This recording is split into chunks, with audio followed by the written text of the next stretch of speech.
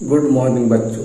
आज हम 7वीं की हिंदी की पुस्तक रुनझुन के चौथे अध्याय पुत्र के नाम पत्र शीर्षक पाठ को पढ़ेंगे। यह एक पत्र है जो महात्मा गांधी द्वारा दक्षिण अफ्रीका की जेल से अपने पुत्र को लिखा गया है। तो आइए हम पाठ को पढ़ते हैं। पुत्र के नाम पत्र।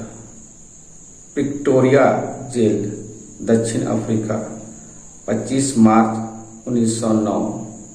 प्रिय पुत्र, प्रति मास एक पत्र लिखने और एक पत्र पाने का अधिकार मुझे मिला है। अब मैं पत्र लिखूं किसे? मिस्टर रिच का, मिस्टर पोलक का, और तुम्हारा ख्याल मुझे बारी बारी से आया, लेकिन मैंने तुम्हें ही लिखना पसंद किया क्योंकि पढ़ने के समय तुम्हारा ही ध्यान मुझे बराबर रहता था। मेरे बारे में तुम जरा भी चिंता मत करना।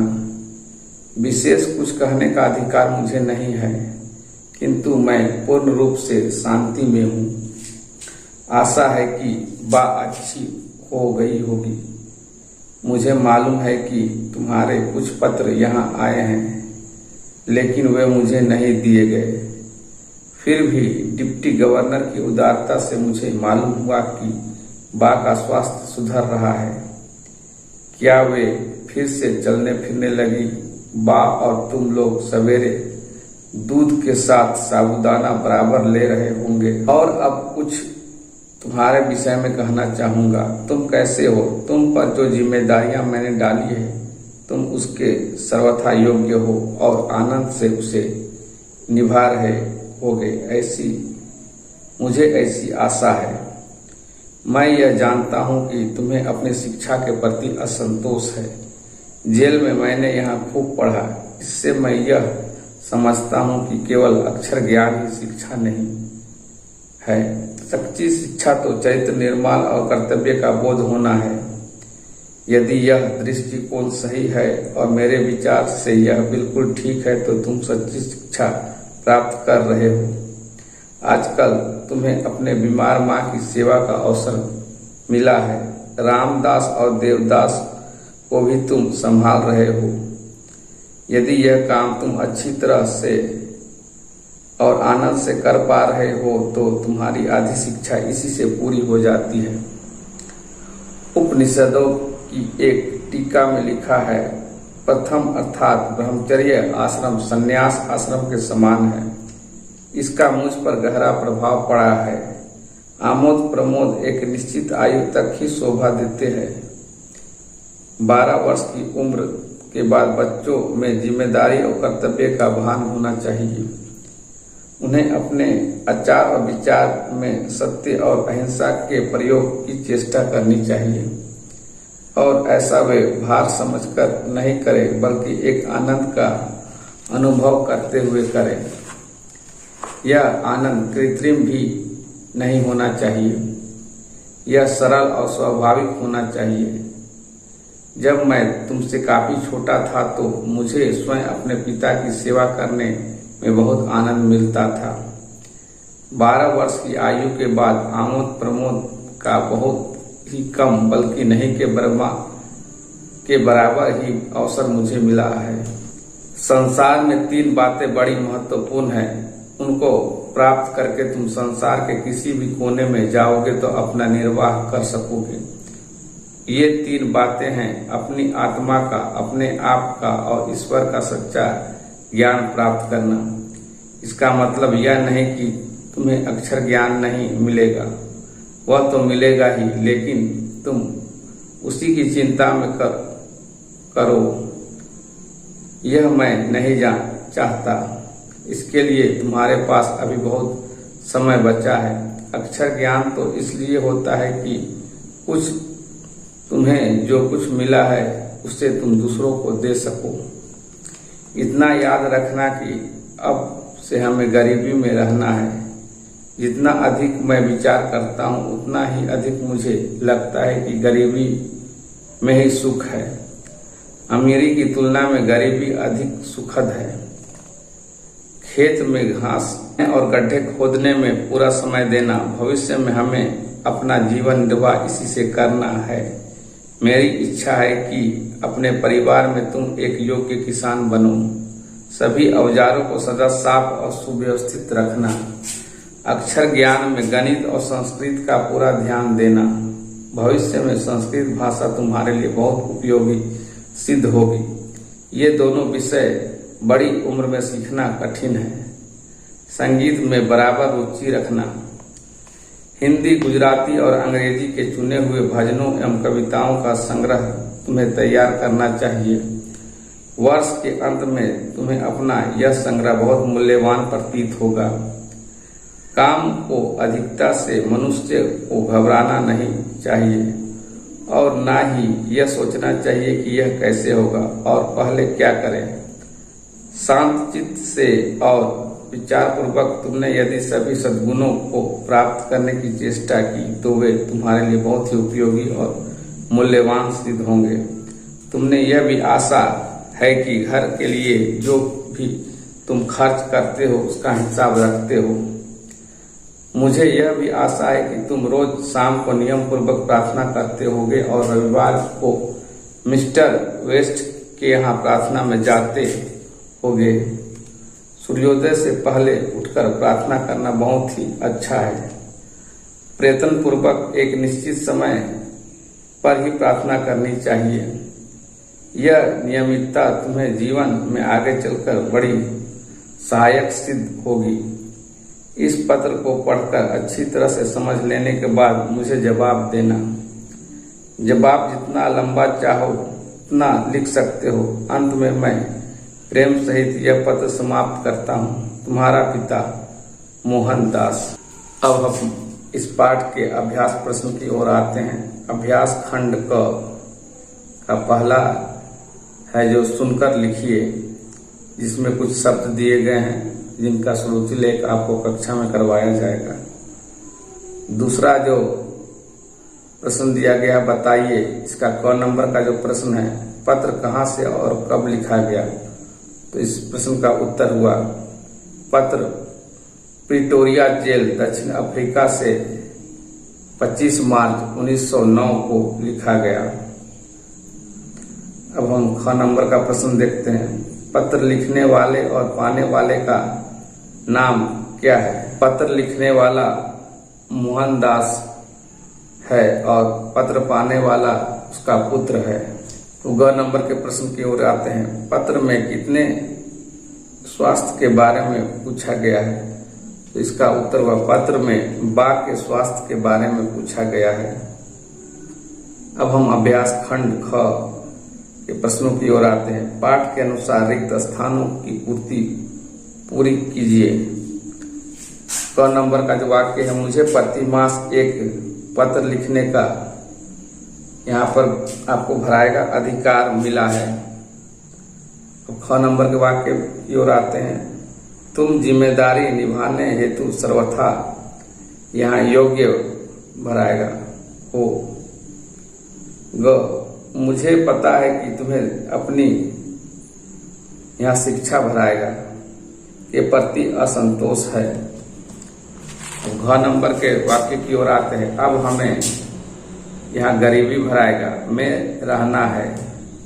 अब अंगा नंबर के वाक्य की ओर आते हैं। तुम, यहाँ गणित भराएगा और संस्कृत पर पूरा ध्यान देना। च नंबर के वाक्य की ओर आते हैं। मेरी इच्छा है कि अपने परिवार में तुम एक योग्य, यहाँ किसान भराएगा, बनो। अब च नंबर के वाक्य की ओर आते हैं। भविष्य में संस्कृत भाषा तुम्हारे लिए बहुत, यहाँ उपयोगी भराएगा, सिद्ध होगी।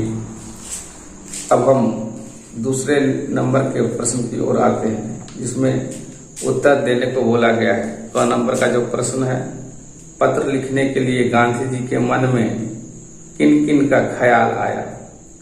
तो इस प्रश्न का उत्तर हुआ पत्र लिखने के लिए गांधी जी के मन में मिस्टर रीच, मिस्टर पोलक और अपने पुत्र का ख्याल आया। अब हम आते हैं ख नंबर के प्रश्न की ओर। गांधी जी को बाघ के स्वास्थ्य के बारे में किससे पता चला? इसका उत्तर हुआ गांधी जी को बाघ के स्वास्थ्य के बारे में डिप्टी गवर्नर द्वारा पत्र पढ़कर सुनाने से पता चला। अब ग नंबर के प्रश्न की ओर आते हैं। किन किन बातों को गांधी जी ने महत्वपूर्ण बताया है? अपनी आत्मा का, अपने आप का और ईश्वर का सच्चा ज्ञान प्राप्त करने को गांधी जी ने महत्वपूर्ण बताया है। अब घ नंबर के प्रश्न की ओर आते हैं। अपने परिवार में तुम एक योग्य किसान बनो, गांधी जी ने ऐसा क्यों कहा है? इस प्रश्न का उत्तर हुआ गांधी जी को लगता था कि भविष्य में उन्हें खेती पर ही गुजारा करना पड़ेगा, इसलिए उन्होंने अपने पुत्र को एक योग्य किसान बनने को कहा है। अब हम 4 नंबर के प्रश्न की ओर आते हैं। प्रतिदिन प्रार्थना करने के बारे में गांधी जी ने अपने पुत्र को क्या सुझाव दिया? प्रतिदिन प्रार्थना करने के बारे में गांधी जी ने अपने पुत्र को कहा, एक निश्चित समय पर प्रार्थना करो। अब हम आते हैं अभ्यास खंड ग। पाठांश पढ़कर संक्षिप्त उत्तर दीजिए। मैं यह जानता हूं कि तुम्हें अपनी शिक्षा के प्रति असंतोष है। जेल में मैंने वहां खूब पढ़ा है। इससे यह समझता हूं कि केवल अक्षर ज्ञान ही शिक्षा नहीं है। सच्ची शिक्षा तो चरित्र निर्माण और कर्तव्य का बोध होता है। यदि यह दृष्टिकोण सही है और मेरे विचार से यह बिल्कुल ठीक है तो तुम सच्ची शिक्षा प्राप्त कर रहे होगे। आजकल तुम्हें अपनी बीमार मां की सेवा का अवसर मिलता है। रामदास और देवदास को भी तुम संभाल रहे हो। यदि यह काम तुम अच्छी तरह से और आनंद से कर पा रहे हो तो तुम्हारी आधी शिक्षा इसी से पूरी हो जाती है। अब हम इसके आधार पर जो पहला प्रश्न दिया है उसकी ओर देखते हैं। गांधी जी के पुत्र को किसके प्रति असंतोष था? तो इसका उत्तर हुआ गांधी जी के पुत्र को अपनी शिक्षा के प्रति असंतोष था। अब हम दूसरे प्रश्न की ओर आते हैं। गांधी जी के अनुसार सच्ची शिक्षा का क्या अर्थ है? इसका उत्तर हुआ गांधी जी के अनुसार सच्ची शिक्षा का अर्थ है चरित्र निर्माण और कर्तव्य का बोध। अब हम आते हैं अभ्यास खंड घ के पहले प्रश्न की ओर। डिप्टी गवर्नर की उदारता, गांधी जी ने ऐसा संबोधन क्यों किया था? डिप्टी गवर्नर की उदारता, ऐसा गांधी जी ने संबोधन उदारता के कारण ही वह गांधी जी के पत्र को पढ़कर सुना देते थे, जिस कारण से उन्होंने ऐसा संबोधन किया था। अब हम दूसरे प्रश्न की ओर आते हैं। अब हमें गरीबी में ही रहना है, गांधी जी ने ऐसा क्यों कहा? अब हमें गरीबी में ही रहना है, गांधी जी ने ऐसा उस समय के देश के हालात को देखकर कहा। अब हम अभ्यास खंड अंग के पहले प्रश्न की ओर आते हैं। बताइए कि इन शब्दों में उपसर्ग जुड़ा है या प्रत्यय? अब हम पहला जो शब्द है प्रतिमास, इसमें उपसर्ग जुड़ा है। ख नंबर का जो शब्द है प्रयोग, इसमें उपसर्ग जुड़ा हुआ है। ग नंबर का जो शब्द है उदारता, इसमें प्रत्यय जुड़ा हुआ है। अब घ नंबर का जो शब्द है स्वाभाविक, इसमें प्रत्यय जुड़ा हुआ है। अंग नंबर का जो शब्द है असंतोष, इसमें उपसर्ग जुड़ा हुआ है।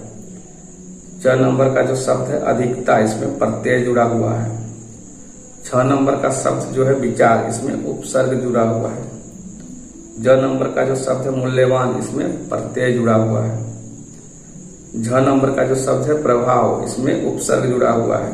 ज नंबर का जो शब्द है गरीबी, इसमें प्रत्यय जुड़ा हुआ है।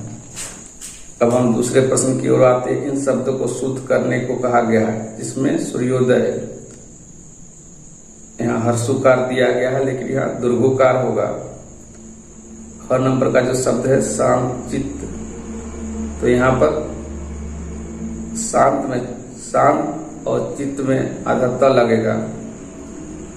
संग्रह का नंबर का जो शब्द है उसका सही शब्द होगा संग्रह। अब घ नंबर में जो भविष्य लिखा गया है उसमें ब दिया गया है, लेकिन इसका सही भविष्य होगा जिसमें व लगेगा। वो अंगा नंबर का जो शब्द दिया गया है ब्रह्मचर्य, इसमें ह के जगह पर ब्रह्म होगा, म होगा, ब्रह्मचर्य होगा।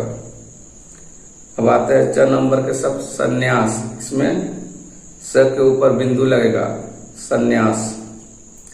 अब हम आते हैं तीसरे नंबर के प्रश्न की ओर। इन शब्दों में रंगीन शब्दों का संज्ञा शब्द लिखिए। क नंबर का जो वाक्य है रामदास को तुम संभाल रहे हो, तो यहाँ रामदास को रंगीन किया गया है, ये व्यक्तिवाचक संज्ञा है। ख नंबर का वाक्य को हम देखते हैं, तुम्हारी आधी शिक्षा इसी से पूरी हो जाती है। यहाँ शिक्षा को रंगीन किया गया है, तो ये भाववाचक संज्ञा है। ग तुम्हें अपनी शिक्षा के प्रति असंतोष है, तो यहाँ असंतोष को रंगीन किया गया है, ये भी भाववाचक संज्ञा है। घ संसार में 3 बातें महत्वपूर्ण है, यहाँ संसार को रंगीन किया गया है, तो संसार जातिवाचक संज्ञा है। अंग के वाक्य की ओर आते हैं, अब से हमें गरीबी में रहना है, तो यह गरीबी को रंगीन किया गया है, ये भाववाचक संज्ञा है। अब हम आते हैं च, तुम्हारे कुछ पत्र यहाँ आए हैं, यहाँ पत्र को रंगीन किया गया है, तो ये जातिवाचक संज्ञा है। 6 नंबर के वाक्य की ओर आता है, संस्कृत के भजन सुनने में बड़े प्यारे लगते हैं, यहाँ संस्कृत को रंगीन किया गया है, तो ये व्यक्तिवाचक संज्ञा है। ज नंबर के वाक्य की ओर आते हैं, यह नियमितता तुम्हारे काम आएगी, यहाँ नियमितता को रंगीन किया गया है, ये भाववाचक संज्ञा है। अब हम आते हैं चौथे प्रश्न की ओर। इन शब्दों के वाक्य बनाइए। पहला क नंबर का जो शब्द दिया गया है शिक्षा, तो इसका वाक्य होगा शिक्षा बच्चों का मौलिक अधिकार है। अब हम आते हैं ख नंबर के शब्द की ओर, अधिकार, इसका वाक्य होगा पिता की संपत्ति पर पुत्र का अधिकार है। अब हम आते हैं ग के शब्द की ओर, इस पे स्वास्थ्य दिया गया है, इसका वाक्य होगा स्वास्थ्य ही जीवन है। अब हम घ नंबर के शब्द की ओर आते हैं कर्तव्य, घर के प्रति हमारा कर्तव्य होना चाहिए। तो अंग नंबर के शब्द की ओर आते हैं अवसर, तो इसका वाक्य होगा अवसर देखकर चोर घर में घुसा। तो बच्चों इस तरह इस पाठ के अभ्यास प्रश्न को भी हम लोगों ने हल किया। आप इस अभ्यास प्रश्न को याद करें और अपनी कॉपी में नोट्स बनाएं। तो आज के लिए इतना ही, धन्यवाद।